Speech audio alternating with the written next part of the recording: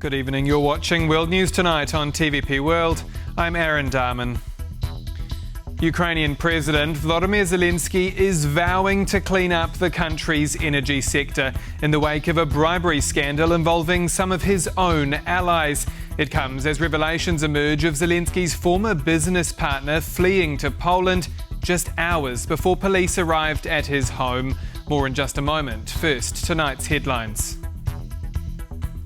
Kyiv locks in a gas deal with Greece as the cold of winter approaches.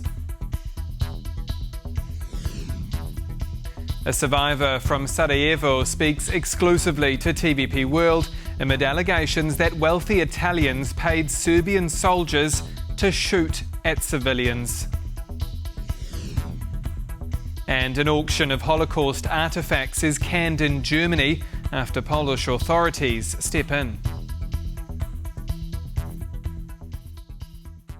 He was once a former business partner of Ukrainian President Volodymyr Zelenskyy, now the alleged mastermind of a $100 million kickback scheme in the country's energy sector, is on the run.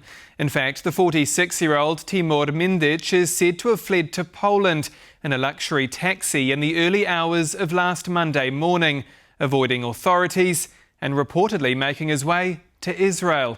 John Todd reports on this developing story. Workers battling this week to repair a power station damaged by Russian strikes, as further news emerges of the corruption scandal engulfing Ukraine's energy sector. It's now been reported that the alleged ringleader of the $100 million kickback scheme, Tymur Mindich, fled at 2 a.m. local time on Monday, November 10th, in a Mercedes taxi service to Poland, as the net was apparently closing in. Ukrainian authorities on Tuesday charged 7 people in connection with the alleged graft scheme. And on Wednesday, Ukraine's Minister of Justice, Herman Halushchenko, who previously served as energy minister, resigned over the scandal. The alleged mastermind, Tymur Mindich, is a former business associate of President Volodymyr Zelenskyy. According to Radio Free Europe, Radio Liberty, Ukraine's State Border Guard Service is investigating the circumstances of Mindich's border crossing, but has said it was legal. The scandal has caused public anger and focused attention on Kyiv's battle against corruption. Russia is looking to batter Ukrainians into submission by crippling the country's power and heating networks. Finnish President Alexander Stubb said on Saturday that Zelenskyy must deal quickly with the allegations, which play into the hands of Russia. Stubb said European allies must maintain support for Kyiv despite the corruption scandal, and that he sees no immediate end to the conflict. I'm not very optimistic about achieving a ceasefire or the beginning of peace negotiations, at least this year. I mean, perhaps if we get something going by February, March, that would be good. With one of the scandal's key players apparently on the run, Ukrainians will be asking whether Mindich was tipped off about the investigation, and if so, by whom. John Todd for TVP World. And as the cold starts to bite, a reprieve for Ukraine's energy security. Kyiv has put pen to paper on a deal with Greece to allow American liquefied natural gas to flow into the country from December through to March next year. The deal comes at a critical time for Ukraine's winter needs as Russia's infrastructure strikes ramp up. Jan Kennedy has more. It was all smiles in Athens as Ukrainian President Volodymyr Zelenskyy and Greek Prime Minister Kyriakos Mitsotakis welcomed a critical agreement for the embattled country's energy security. Our agreements with Greece today are an important part of the large energy package that we've prepared for this winter to provide Ukraine with gas. Originating from the US, the fuel will arrive to Ukraine's Odessa via the so-called vertical gas corridor, moving from a Greek port of Alexandroupolis through Bulgaria, Romania and Moldova. The deal, set to run from December through March 2026, comes amidst increased Russian strikes on energy infrastructure, which at one point in October had taken more than half of Ukraine's gas production capacity offline. Ukraine has relied heavily on gas extracted from its own production sources. Before the war, they covered about 70 to 80% of the country's demand for natural gas. Now that domestic production is severely hindered. Not only will the deliveries from Greece help Ukraine survive the winter, according to the Greek PM, they will also contribute to the entire continent's effort to wean off Russian gas. Without a doubt, all these developments are pivotal on the path toward a definitive break from Russian natural gas, because Europe will stop purchasing Russian gas, which will no longer be able to enter our continent in disguised form. Experts say that Poland is in contention for becoming a natural gas hub for the CEE region, even more so after the completion of the country's second LNG terminal. Poland has all the resources needed to become a gas trader, to become an intermediate in gas trade all over the Central and Eastern Europe. Poland already provides Ukraine with natural gas, last month covering 40% of the country's total imports. For TVP World, Jan Kennedy. Takeoff, landing, repeat. Tactical flights, camouflage, repeat. That's the day-to-day reality of military training in Ukraine for those learning to become combat drone pilots.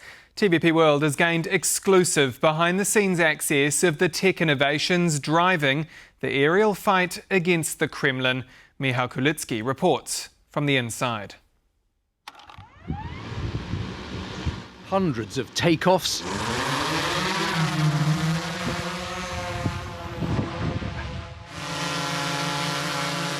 and landings. Hundreds of hours of training in tactical flights, technology, camouflage and cooperation for trainees learning to become combat drone pilots. This is what over a month of training looks like in one of Ukraine's military units. Since a combat drone pilot's work involves a wide range of skills, both in terms of tactical knowledge and flying various types of drones, the training is divided into several stages. On the battlefield, data transmitted by observation drones is essential, so training begins with slow, sensitive flying, then moves on to operating drones that drop explosives, and finally, the famed FPVs. When it comes to FPV drones, you first need to spend some time training on simulators. And then we move on to exercises at real training grounds and train the pilot depending on the tasks he'll be assigned. We divide the task between pilots of observation drones, bombers, and kamikaze drones, meaning the FPVs. The main tasks of a Mavic pilot include reconnaissance, dropping explosive charges, gathering intelligence, and correcting artillery fire or infantry operations. Theoretical knowledge of the technology of an unmanned aerial vehicle is a separate issue. Equally, if not more important, is the operator's tactical movements just behind or on the front line. This is where immersion in almost sniper-level knowledge begins, covering camouflage, topography and wind force recognition through monitoring the natural environment. We place great emphasis on the takeoff maneuver. We practice a takeoff characterized by a quick launch of the drone, moving it about 500 meters away at a very low altitude, and then changing the direction of flight while simultaneously raising the unmanned aerial vehicle to a high altitude. This way, we minimize the risk of revealing our piloting position. Camouflage is very important. If a mistake is made in this regard, the enemy will immediately detect our position.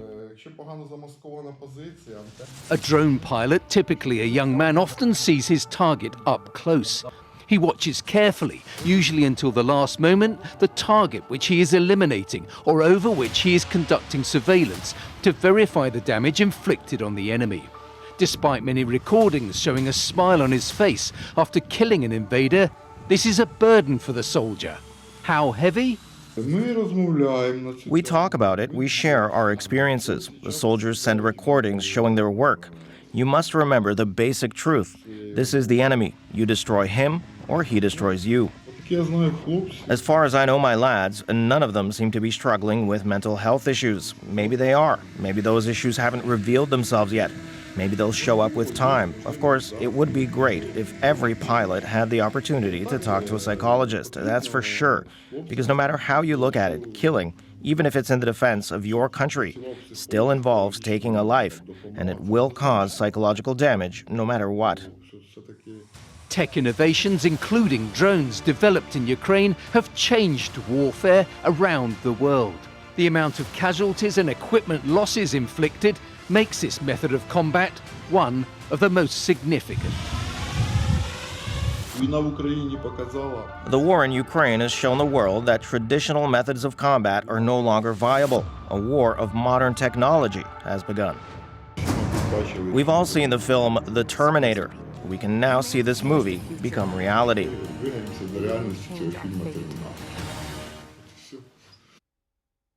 Italian prosecutors are investigating claims that well-off Italians paid Serbian soldiers to shoot at civilians in Bosnia during the 1990s, with different rates allegedly charged to kill men, women and children. Now, in an exclusive interview with TVP World, one survivor of the Sarajevo siege has gone back in time to speak about one of the most painful chapters of the war, and a warning: this story may be distressing for some viewers. Gabriela Fesnak has more. The siege of Sarajevo by the Bosnian Serb forces lasted for nearly 4 years. More than 500,000 bombs were dropped on the city and more than 12,000 people were killed between February 1992 and April 1996. More than 500,000 civilians were killed during the siege, many of whom were shot by snipers. And new information coming to light suggests that it was not just the Bosnian Serb forces who made a sport out of shooting civilians. A complaint to the Milan prosecution alleges that wealthy foreigners paid thousands of euros to travel to Sarajevo and shoot its residents from the Bosnian Serb positions. According to the testimonies of these unknown witnesses, this was going on for the whole 2 years. Every weekend, group of 5 till 8 people were heading for Sarajevo, for the hills of Sarajevo. According to some reports, different rates were charged to kill women, men and children. It was between 2,000 euros and 3,000 euros. It was depending on who are they shooting. The most expensive were kids. Why kids? Because with one bullet you are killing the whole family.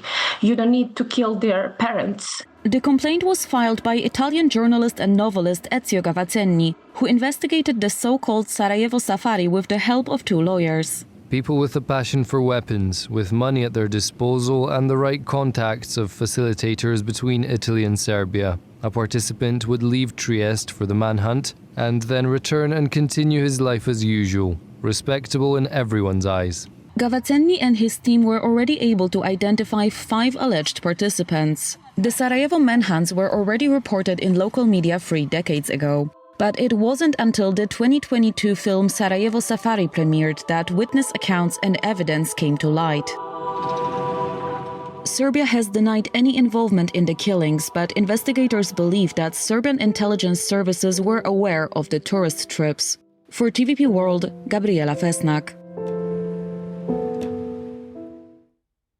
A German auction offering up hundreds of artefacts linked to Holocaust victims, including those from occupied Poland, has been scrapped after backlash from both Warsaw and Jewish organisations. The mooted sales were slammed by Polish Foreign Minister Radosław Sikorski, who warned that the memory of victims cannot be the subject of commercial trade. Hubert Kiszel reports. The private auction, called System of Terror 1933 to 1945 Part 2, included as many as 623 different items that belonged to the victims of German and Soviet aggressions, including private tools, letters, and documents. Radosław Sikorski, the Polish foreign minister, has actively lobbied German authorities to stop the auction. I spoke with the German foreign minister regarding the planned auction in Neuss of the personal items of victims of German terror during the Second World War. We agreed that such an outrage must be prevented.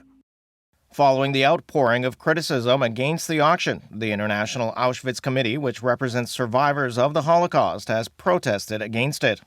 Survivors of the Holocaust and their families consider the announced auction of the personal documents of victims of the Nazi dictatorship to be a cynical and shameless undertaking. The committee's statement was seconded by multiple Polish government representatives who highlighted that selling personal artifacts tarnishes the memory of those who suffered in the camps. The Polish government has always strongly and clearly maintained that items which were taken from Poland, stolen from Poland, or are important to Polish society should be recovered and should stay in Poland. In this matter, our position has never changed. We must recognize one thing and, above all, condemn the trade of such items. This is reprehensible. We cannot allow a situation when memorabilia of people who suffered and died in Nazi extermination camps are put up for sale and become objects through which people want to earn money. This is simply disgusting. The auction also prompted a reaction from the Polish president, Karol Nawrocki. Polish President Karol Nawrocki expects the Polish government to demand the return of all the souvenirs from the victims of German crimes on Polish lands. The cost should be added to the overall reparations bill. Following the adamant criticisms of the auction by the Polish authorities, the selling has been deleted from the House's website. Ambassador Jan Tombiński, who has been intervening with the authorities of Westphalia on this matter for several days, informed me that all the artifacts have already disappeared from the website of the scandalous auction. After the cessation of the auction house added that the aim of private collectors is to uphold the memory of the past, not to make money off human suffering. It has also been reported that the first part of the auction took place 6 years ago, and most of the memorabilia was acquired by American buyers. Now, whether more of these auctions will happen in the future, it depends on the actions of governments and individuals. It will be the first ballet premiere of the new season at Warsaw's Grand Theatre, featuring the likes of Beethoven and Chopin. And as Karolina Shapland explains, the opening evening is made up of 3 movements, known as the Symphony of Dance. Seen as a thrilling celebration of life itself, Beethoven's 7th Symphony sets the tone for this season's first major ballet at Warsaw's Grand Theatre. Muscular and precise, the dancers of the Polish National Ballet embody the pure exhilaration of movement. And Beethoven is just the beginning.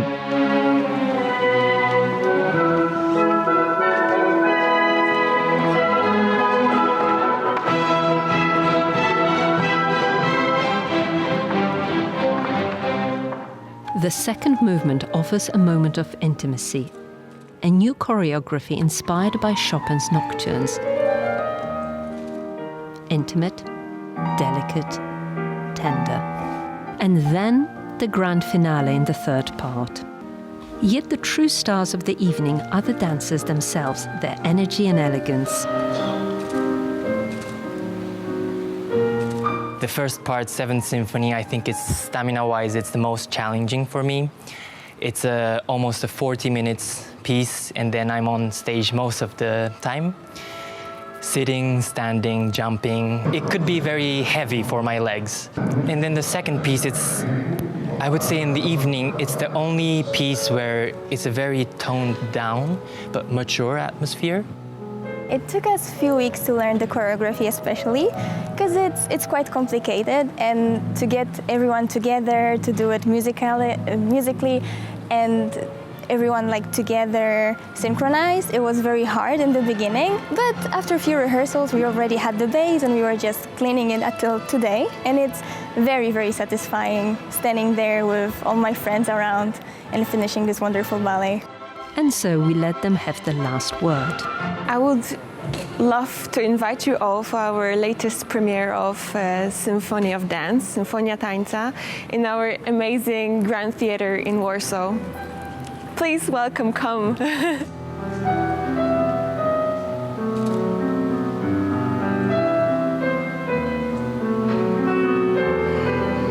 And you too can experience the Symphony of Dance ballet at Warsaw's Grand Theatre National Opera until the end of November.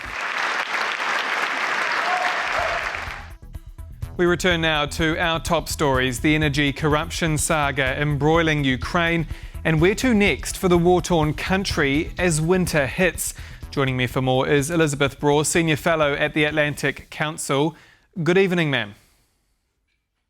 Good evening. So President Volodymyr Zelenskyy is vowing to, quote, clean up his country's energy sector in the wake of those kickback scheme allegations. I mean, do you view this as the worst, if not one of the worst, scandals of his presidency? It certainly isn't looking good for him, and the challenge is that he's not new in the office anymore, in the office of president. People are familiar with his shortcomings, but it is a war, and so there won't be an election. So his legitimacy is essentially based on him being able to show that he is the right person to lead the country, even though there can't be an election. And so crises like these, and this is really a severe crisis because it is about the conduct of the government, are really extremely unhelpful. And we should remember that the conduct of the war, it depends on Ukrainians stepping up to do that part, to when they are called up for military duty, to not try to escape, for civilians to try to keep the country going in their different roles. And if they view the country as or those near the top or at the top as not doing their part, then that morale risks being undermined, which is why it's so important for him to clear up this corruption scandal as soon as possible. We've seen Ukraine's European allies really come in to support, actually, Ukraine's anti-corruption efforts in recent days. But do these headlines, regardless, run the risk of impacting Kyiv's political capital, kind of its ability to keep the West on side? And I'm particularly thinking of Washington here. I don't think Western support will fundamentally be altered, but of course Western governments, or the Western governments that support Ukraine, will start thinking about where is our money going? Is there a risk of it ending up in wrong hands?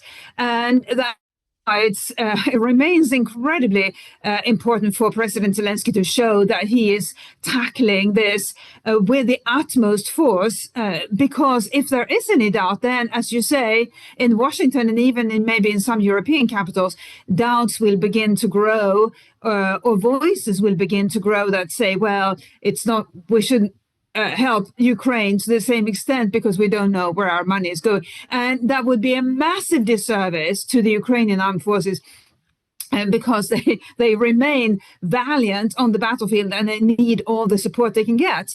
But corruption scandals threaten to undermine not just the morale among the soldiers, but also the support they may get from Western governments.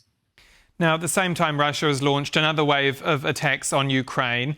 Will Vladimir Putin be targeting this winter as a time to grind down the Ukrainian people, to try and make this winter as unbearable as possible, given the somewhat diplomatic standoff that we're seeing in terms of any peace negotiations?